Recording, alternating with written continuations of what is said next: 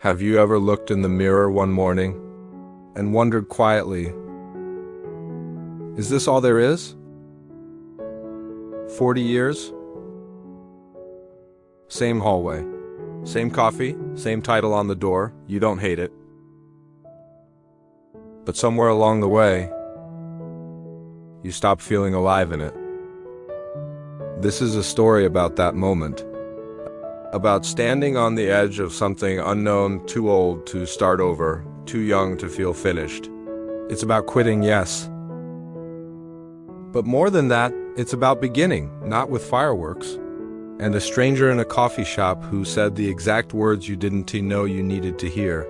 But with a quiet seat in a seminar room, a lost hobby, and if you've ever felt like you were fading, this story might help you remember who you are. So get comfortable.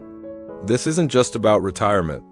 After everyone else thought your story was already written, it's about rediscovering meaning, even feel something real again. If you're new here, this is Life After 50, where we tell stories that help you slow down, reflect, and maybe don't forget to subscribe. And if this story touches you, please share it with someone who might need it too. Let's begin. 43 years. That's how long I sat at the same desk, in the same building, with the same name on the door. Stanley J. Morgan, Senior Logistics Coordinator. The title never changed. Well, once they added senior after year 25. But it never felt like a promotion, just a reminder I was getting older. Every morning I woke up at 6:10, not because I needed to, but because after that many years, your body doesn't wait for alarms anymore. I'd shave, dress in the same navy slacks and button-down shirt, drink the same black coffee from the same chipped mug, and walk to the same train that smelled like metal and Monday. No one ever tells you what it feels like to disappear slowly. Not die, just fade. People stopped remembering my birthday at work. Stopped asking for my opinion in meetings. Stopped making eye contact when I walked by. I became part of the walls. Predictable, functional, forgettable, but the strangest part? I never hated the job. I didn't love it, but I didn't hate it either. It was like an old coat, familiar, worn, full of holes, but still hanging in the closet because, well, what else was I supposed to wear? I think the real breaking point came on a Tuesday. It always happens on a Tuesday, doesn't it? Not Friday with its finality or Monday with its dread, not the dramatic days. When I overheard my manager talking to a new hire outside the door, Tuesdays, they sneak up on you, quiet, forgettable, dangerous. I was sitting in my office, scrolling through reports I didn't care about, he said. You'll learn a lot from the systems here. Just ignore the dinosaurs. Some of them stopped evolving back in the 90s. They both laughed. And I sat there, frozen, because I knew who he meant. When I got home that night, I stared at myself in the mirror for a long time. I didn't look like a dinosaur, but I didn't look like anyone in charge of their life either. And that scared me. I wasn't angry, just tired. I didn't send it. But I saved it to the desktop under the file name, tired in a way that sleep didn't fix. That night I typed up a letter of resignation. Mebasamade, docs. The next few weeks, things didn't get better. If anything, the office got smaller, the lights felt harsher, the smiles more forced. I started keeping earbuds in, even when they weren't playing music. A signal, don't talk to me, and no one did. At lunch, I'd eat alone at my desk, microwaved lasagna every day. I used to switch it up.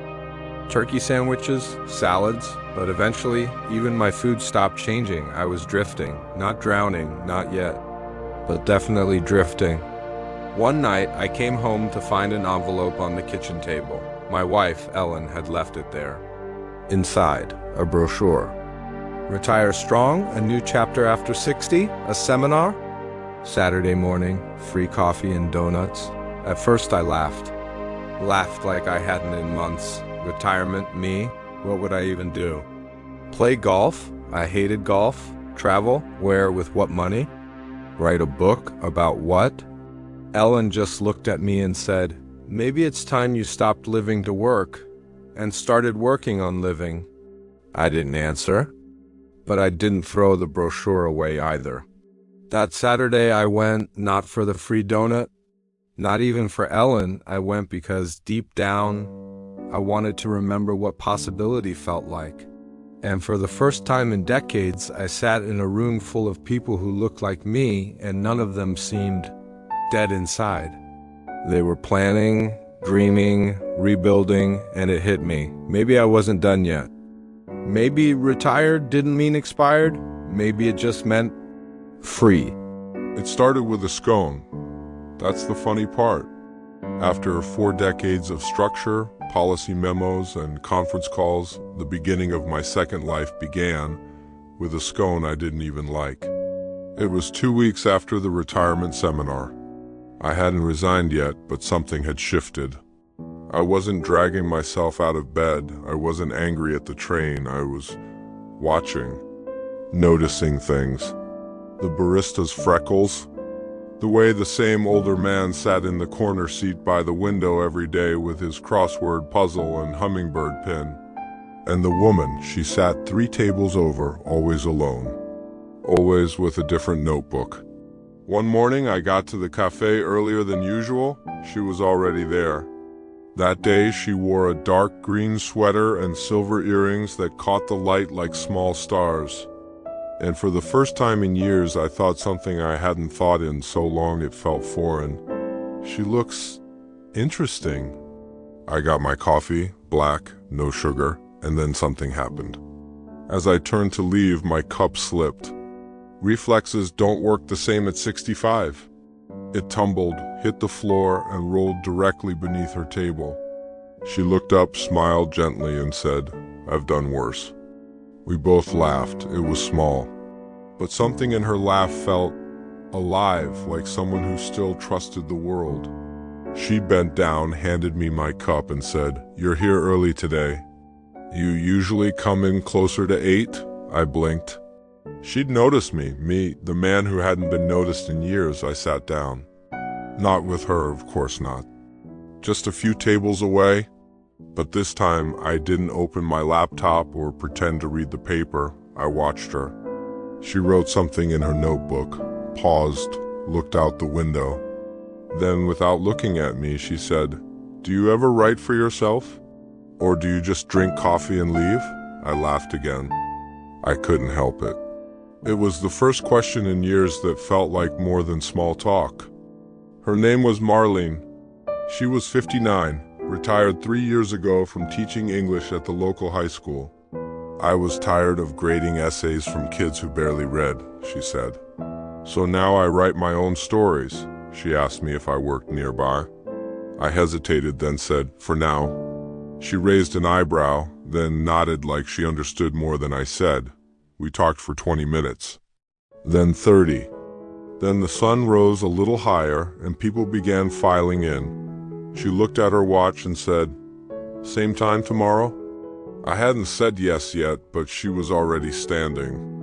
I watched her leave, notebook under her arm, that silver earring catching the light again, and for the first time in a long, long time, I didn't feel like going to the office. The next morning, I was there at 7:15. Marlene was already waiting. This time I brought 2 coffees, cream and cinnamon, I guessed. She smiled. "Close, but now I'm curious what made you guess cinnamon," I shrugged. "You seem like the kind of person who finds warmth in small things." She didn't say anything for a second, then opened her notebook and said, "That's going in the story." We met every morning that week. She told me about the books she loved, her cat named Elliot, and the way she once fell asleep on a beach in Greece and got the worst sunburn of her life. I told her about the seminar, about the file on my desktop, about the dinosaur comment. She didn't laugh. She didn't look surprised. She just said, "You don't need a reason to leave a room that stops seeing you." And that line, it stayed with me. That Friday I left the office early. I opened the file, Meba Samade, Docs, and I changed the name to Today. I didn't send it, not yet. but I printed it, folded it, put it in my coat pocket because something had changed, and it had nothing to do with the job, and everything to do with that coffee shop, that notebook, and that woman with earrings that caught the light just right. That weekend, I opened a drawer I hadn't touched in years. Old receipts, expired coupons, a few yellowed birthday cards from decades ago, and a set of envelopes that still smelled faintly of cedar. Ellen had put them there long ago, back when she used to write thank you notes for every holiday gift. At the bottom of the stack was a small, hardbound notebook, unused, lined, plain black cover. I stared at it. Then I opened the first page and wrote, "Dear Self, I think you've been quiet too long." I hadn't written anything personal in decades. Sure, I'd written memos, reports, the occasional birthday message on office cards. But this was different. At first it came out stiff. Today was cold. Coffee was bitter. Marlene wore a red scarf. But then something shifted. I wrote about the sound of her voice. How it had a rhythm, like someone who read poetry in silence just to feel the way words moved. I wrote about my fear that without my job title, I wouldn't know how to introduce myself anymore. I wrote about being seen and how foreign that felt. I wrote the truth I hadn't admitted even to myself, and then I don't think I'd been living. I think I've just been performing. The pen didn't stop after that.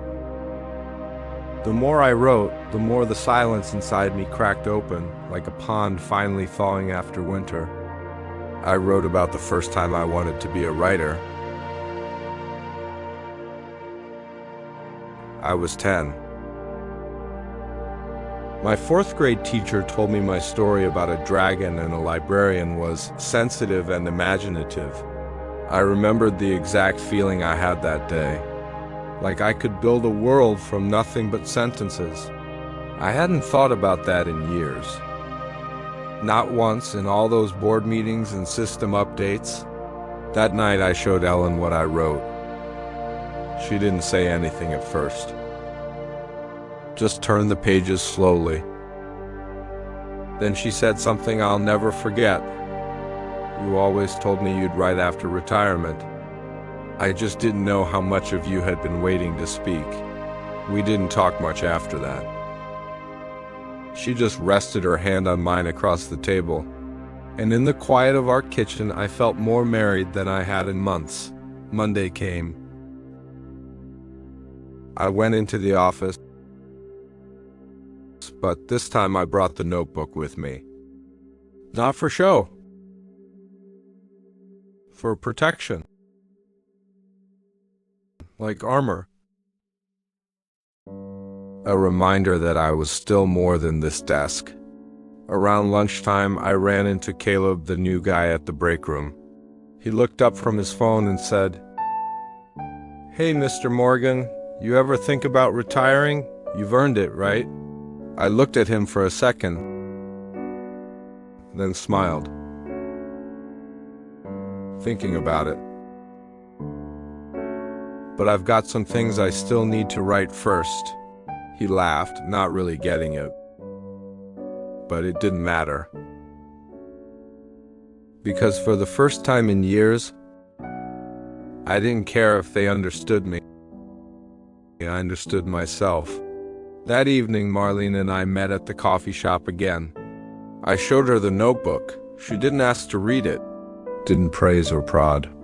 She just smiled and said, "You're remembering who you were before you had to be someone else."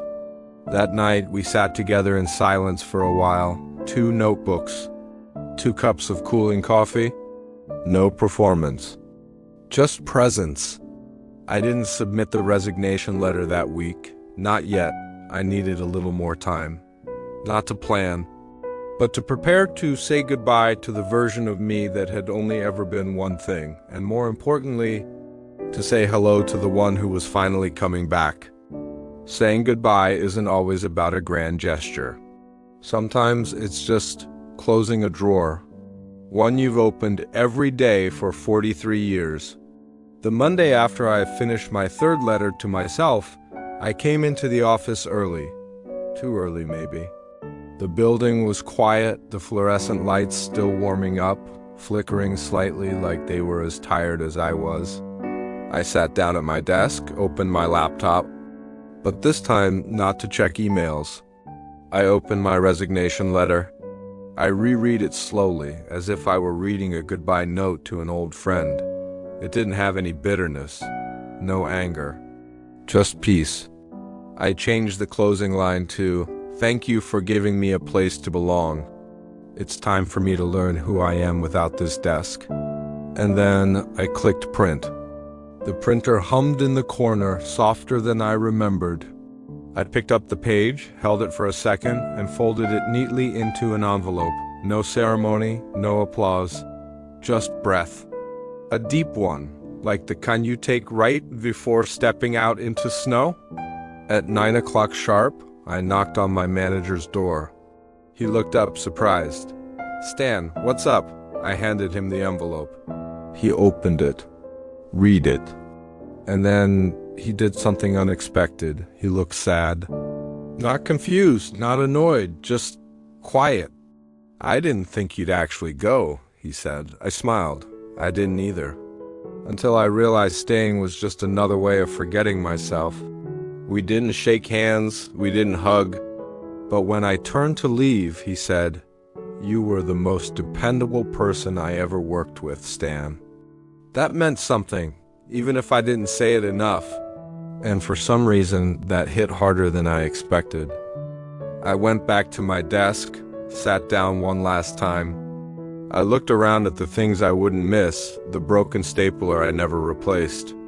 The calendar still stuck on March, the dusty photo of my team from 10 years ago, half of them gone now, moved on, laid off, retired. But I also noticed something else, the small ceramic dish Ellen made in pottery class. The faded sticky note that said, "You're still needed," stuck under my keyboard, and the tiny pen mark I'd made on the desk the first week I started, proof that I had been here, that I had mattered, even if only in small, quiet ways. At 12:30, I packed up my things, a cardboard box, 2 folders, that little dish. I didn't tell anyone, no emails, no goodbye party.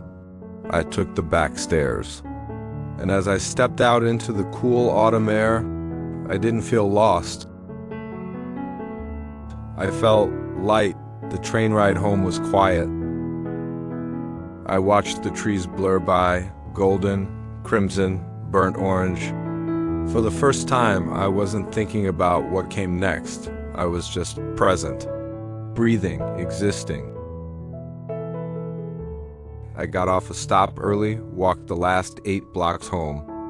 Past the bakery where I bought Ellen her favorite cinnamon rolls every Saturday. The bookstore I used to take our daughter to when she was small. The bench near the fountain where I once sat for an hour, crying quietly after Ellen's surgery. These places, they remembered me, even if I'd forgotten them. When I walked in the front door, Ellen was at the kitchen sink. She turned, paused, saw the box in my arms and smiled, not wide, not surprised. Just, like she knew this day would come when I was finally ready to meet it. She took the box from me and said, "Welcome home." That night, I didn't sleep right away.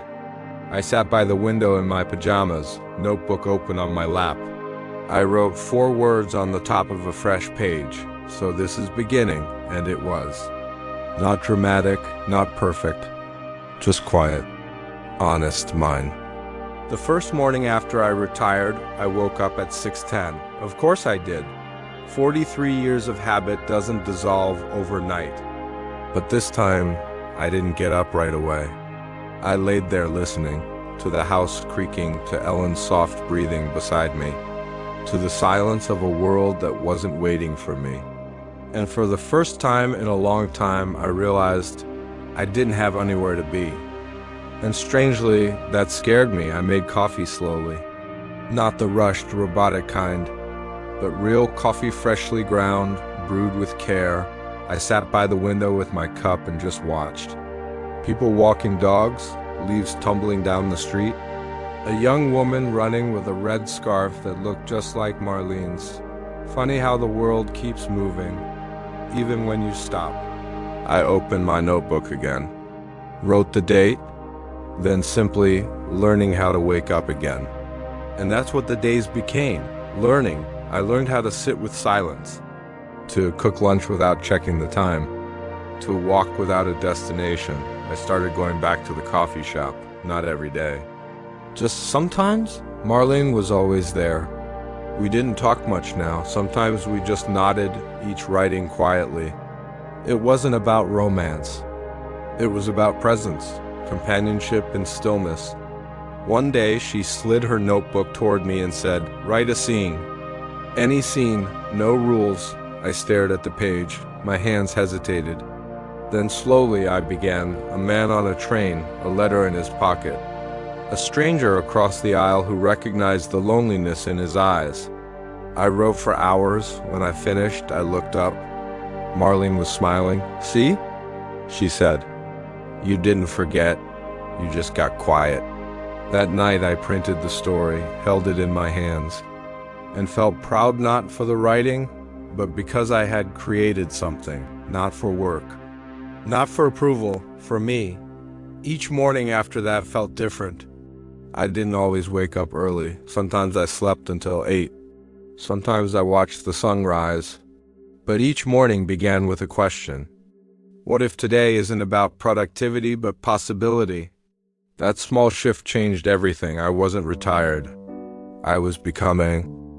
There was a story I used to tell myself as a child. It was about a boy who lived in a lighthouse, tall, gray, always surrounded by fog. He couldn't leave, but he could see far enough to warn others, to protect them, even if they never saw his face. I used to draw him in the margins of my notebooks, quiet boy, big light. Then life happened, college, work, marriage, mortgage. I folded the boy away like an old postcard, one of those you mean to send, but never do.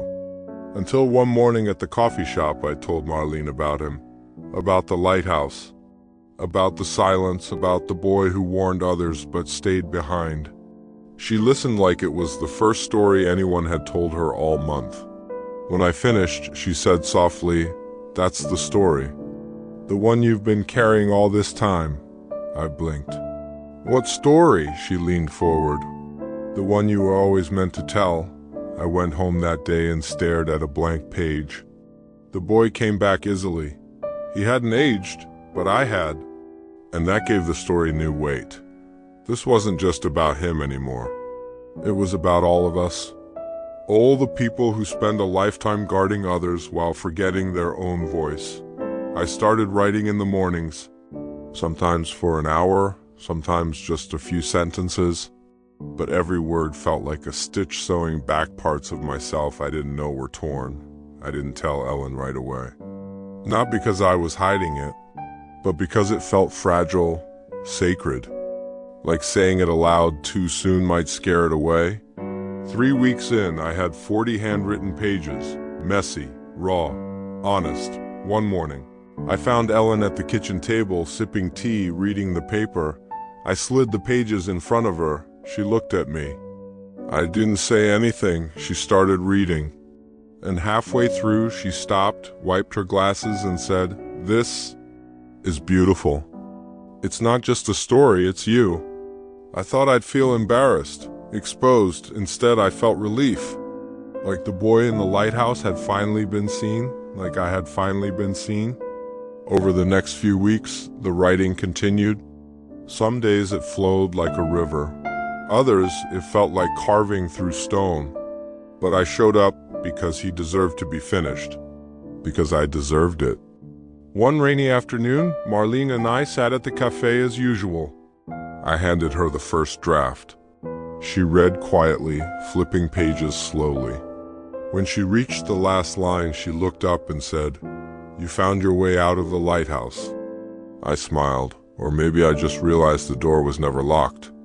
Later that week, I submitted the story to a small online literary journal. I didn't expect anything. It wasn't about publication, it was about permission. Giving myself permission to be something other than what I had been. And a few days later, they wrote back. "We'd love to publish this." I stared at the email, not because I needed validation, but because the boy, the one I used to draw in the margins, he was finally standing in the light, not alone, not forgotten. That evening, I opened my notebook and wrote, "I thought I was too old to start something new. Turns out, I was finally the right age to start something true." It started with a name. I was flipping through an old planner, cleaning out drawers, when I saw it scribbled in the corner of a January page from 1999. "Call Rob Ree, inventory issue. Rob Turner. We worked together for 5 years. He had this laugh like gravel tumbling in a metal bucket. Always wore too much cologne, always had my back. And I never said thank you." That night, I sat down with my notebook, opened a fresh page, and wrote, "Dear Rob, I don't know if you remember that Friday in '97, you stayed late to help me fix the data entry mess I caused. You said, 'We all drop plates sometimes.' I never forgot that. I didn't know where he was. I didn't plan to send it. But writing it, it felt necessary. Like placing a stone on a grave even if no one else visits." That letter opened the floodgates. I started writing to people I hadn't thought of in decades. Some were coworkers. Some were family. And some were parts of myself. To my daughter, age 12, "I'm sorry I missed your piano recital. I told myself the merger was urgent. But now I can't remember anything from that week except your disappointed face." To my first boss, "You taught me how to lead with quiet integrity. I didn't realize how rare that was until I had to lead alone." To my father, "I forgive you. I understand now how hard it must have been to raise a son when no one taught you how to love out loud." Some letters were full of gratitude, some full of regret, but none were bitter.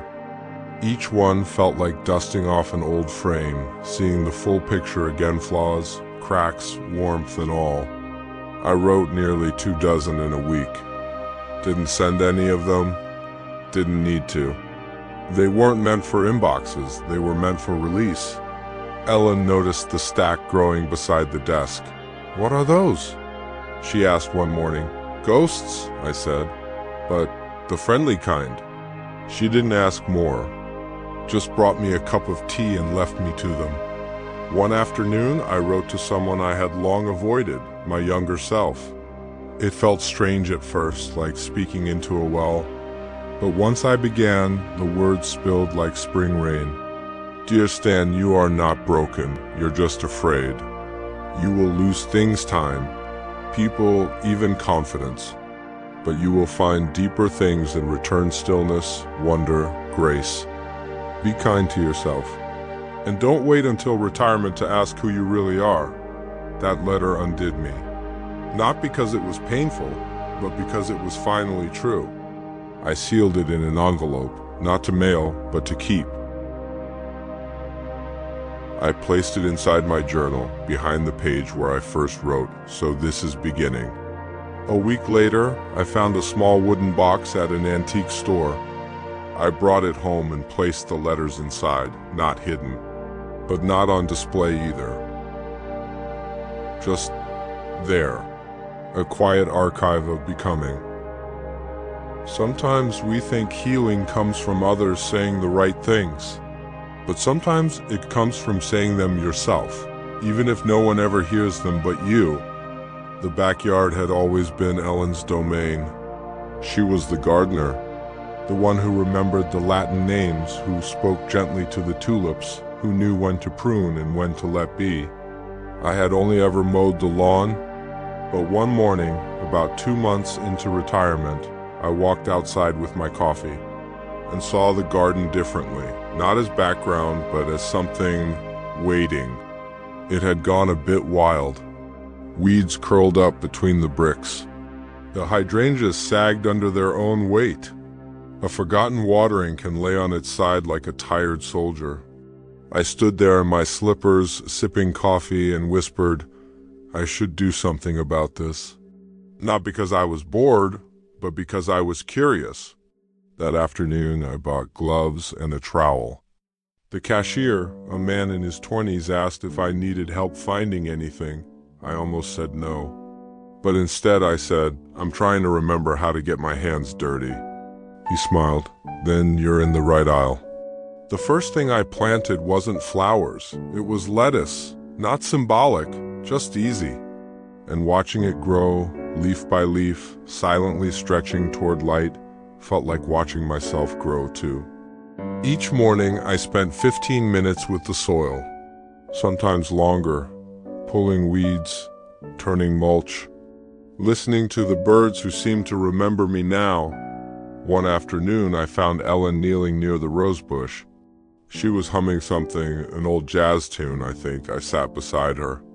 For the first few minutes we didn't speak, just dug quietly side by side. Then she handed me a small packet. Lavender, she said. You always liked the smell. I hadn't realized I'd ever said that. But I took the seeds, opened the earth, and planted them, gently, as if the ground might whisper back. That night, I wrote in my notebook, there's something about gardening that makes silence feel like a conversation. Soon I wasn't just planting, I was remembering. Each corner of the garden held echoes. The spot where we placed a kiddie pool in '89, the fence post Ellen painted sky blue after her recovery. The patch where our daughter once buried a bird she found, complete with a popsicle stick cross. These weren't just memories, they were roots. One morning I noticed a butterfly landing on the rosemary. I watched it for nearly 5 minutes, just being. That used to feel like wasted time. Now it felt like the point. Marlene came over one Sunday afternoon. She brought muffins. We sat beneath the pergola, which I'd cleaned for the first time in a decade. She looked around and said, It's like the garden's remembering itself. I nodded. So am I. The lettuce grew, then tomatoes, then snap peas on a crooked trellis.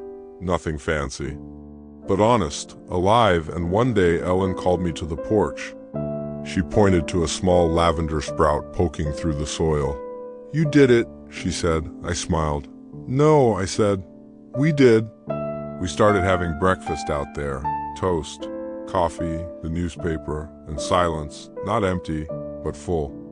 I began giving away clippings to the neighbors, to the barista at the cafe, to Marlene. Not because I had too much, but because sharing felt right, like returning something to the world. Late one evening, after trimming the herbs, I sat on the bench at the edge of the garden.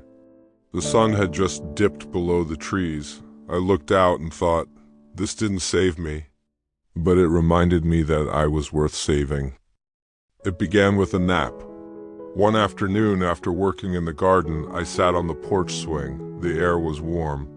My muscles were pleasantly sore, and the breeze carried the scent of fresh rosemary and Ellen's soap from the laundry line. I closed my eyes, and for the first time in years, I napped, not out of exhaustion.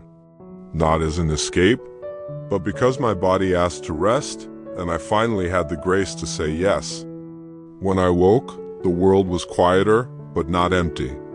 I could hear everything, the creak of the swing chain, the shuffle of leaves, a morning dove calling somewhere in the trees. It felt complete, not because something had happened, but because nothing had to. That was the first time I understood. Stillness isn't the absence of life. It's the awareness of it. In the weeks that followed, I began practicing doing nothing on purpose. I would sit with my notebook open and just, not write, not force, just observe. The sun creeping along the floorboards, the sound of Ellen flipping pages of her novel, the mail carrier whistling an off-key tune. And in those moments something shifted. The man who once measured days in meetings and progress reports was now measuring them in light and birdsong. One morning I sat at the park again. A woman with a cane slowly fed pigeons. A little boy dropped his ice cream cone and cried softly until his grandfather lifted him and kissed his cheek. A teenage couple laughed too loudly, pretending not to be afraid of love, and I just watched. Not like a stranger, but like someone who had finally rejoined the world by stepping outside of it. I used to think life was about doing more, doing better, doing faster. But in stillness, I saw how much I'd missed. The way Ellen stretches her fingers before knitting, the way morning fog lifts off the lawn like a curtain, the soft way my breath returns after a good cry. I started spending time by the window at sunrise. Not with coffee or plans, just presence. The light would shift from pale blue to gold. Sometimes it kissed the garden first. Other days the kitchen floor, every day different. Every day enough. One evening Marlene said, "You seem softer." I laughed. "Do I look like I've given up?" "No," she said. "You look like you arrived." I began writing shorter pieces, not stories, just fragments. Moments I didn't want to forget, the way Ellen hums Sinatra while cooking, the chipped teacup that makes tea taste better, the robin who visits the same branch every day at 7:05. They weren't profound, but they were mine, and that made them holy. Stillness also gave me space to feel the things I'd stored away. Grief, not the sharp kind. The slow, aching kind, regret not overwhelming, just honest. But also joy, the quiet kind that sits on your shoulder like a friendly crow. I no longer feared silence, because in it I met myself again, not the version others saw, not the version I performed for decades, but the one who sat quietly, even as a boy, dreaming about lighthouses and drawing stories in margins. He had never left. He had just been waiting, patient. Still, one morning I turned to Ellen and said, "You know what I'm most proud of?" She looked up from her knitting. "What's that?" "That I finally stopped running," she smiled. "I'm glad you caught up with yourself." This morning began like so many others. The light nudged its way across the kitchen tiles. The kettle whistled gently. The old floor creaked under my heel as I reached for 2 mugs, one blue, one cream. Ellen was already at the garden table, wearing her shawl. She looked up and smiled the way she always does, as if I were still the boy who brought her flowers in a lunchbox at 22. I set the mugs down. "It's a good day," I said. She nodded. "It is." We didn't say much after that. Didn't need to. The silence had become an old friend. I sat for a while, watching the breeze ripple through the lavender we planted together just months ago. A butterfly landed on the rosemary again, maybe the same one, maybe not. But I like to think it remembered me.